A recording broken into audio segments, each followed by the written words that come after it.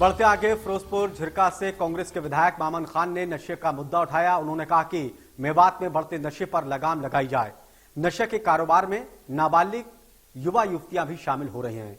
नशे की वजह से युवा अपराध से जुड़ रहे हैं। उन्होंने कहा कि नूह में नशा मुक्ति केंद्र खोलने की मांग भी की, जिस पर जवाब देते हुए मंत्री कमल गुप्ता ने कहा कि क्राइम के साथ साथ नूह में सामाजिक समस्या भी है, लेकिन नशे के खिलाफ सरकार लगातार कार्रवाई कर रही है।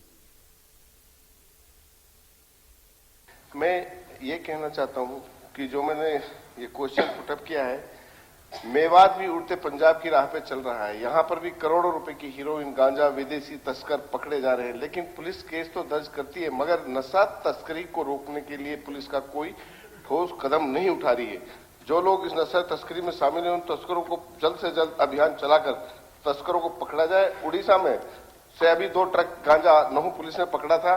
दूसरे राज्यों से आकर मेवात में तस्कर अलग अलग नशे की सामान बेचते हैं। हमारे नौजवान इस नशे में दलदल में फंसते जा रहे हैं और जिससे नौजवानों का भविष्य अंधकार में जा रहा है। बीते 20 मार्च 2023 को भी माननीय मुख्यमंत्री जी जो सीएम फ्लाइंग हो गए, उसने भी काफी प्रतिबंधित नशे की दवाइयां पकड़ी गई हैं। मैंने जुलाई में भी नशे का मामला सदन में उठाया था, मगर अभी तक सरकार नशे के प्रति बिल्कुल भी गंभीर नहीं है। सरकार इसके लिए जिम्मेदार है और ना ही आज तक मेवात को कोई नशा केंद्र स्थापित किया गया। मैं ये कहना चाहता हूं कि ताउडू के पास सर एक गांव है शिकारपुर। ताउडू शहर से मात्र 2-3 किलोमीटर दूर है। सदर थाना में बीते 1 साल में करीब 13 एनडीपीएस एक्ट मुकदमे दर्ज हुए हैं नशे के, जिनमें 5 गांव शिकारपुर से सीधे जुड़े हुए हैं।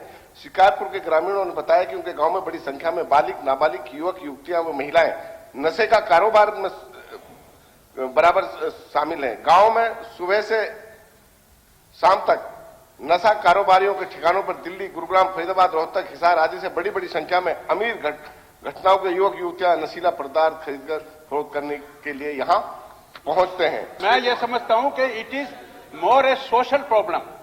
जो क्रिमिनल पार्ट है उसको तो हम टैकल कर ही रहे हैं, लेकिन सोशल प्रॉब्लम को prevention is better than cure. इसमें जो एजुकेटिव मामला है, जो अलग अलग जिले के लेवल पर समितियां बनाई गई हैं, जो इस तरह से अलग अलग हेल्थ एजुकेशन की बात है, वो सारी हमने की है। और डायरेक्ट रूप से नशा मुक्ति केंद्र नहीं है, लेकिन सिविल अस्पताल मांडीखेड़ा और एचकेएम गवर्नमेंट मेडिकल कॉलेज नरहर में प्रत्येक में 15 बेड की क्षमता के 2 सामुदायिक केंद्र जो हैं वो स्थापित किए जा रहे हैं। इन अस्पतालों में प्रोविजनल लाइसेंस के लिए ऐसी सेवा विभाग को क्रमशः 12/7/22 और 14/11/22 को आवेदन किया है। जिले में नशीली दवाओं को लत को रोकने के लिए, नियंत्रण करने के लिए एक बहुआयामी दृष्टिकोण का उपयोग किया जा रहा है। एक नई समिति, डिस्ट्रिक्ट लेवल की समिति, जो कि prevention of the substance use के लिए काम करेगी, उस समिति का गठन किया गया है। ऐसे लगभग अभी जो एवरेज है वो 55 मरीज पर मंथ की एवरेज है जो ओपीडी में आते हैं। और ये पूरा जो डाटा है ये हमने डेट वाइज भी दिया हुआ है और जगह वाइज भी दिया हुआ है। तो मैं समझता हूं कि बहुत सारे इस तरह के जो प्रिवेंशन के काम है ये कर रखे हैं और पुलिस भी जो है इनको कंट्रोल करने का प्रोग्राम कर रही है।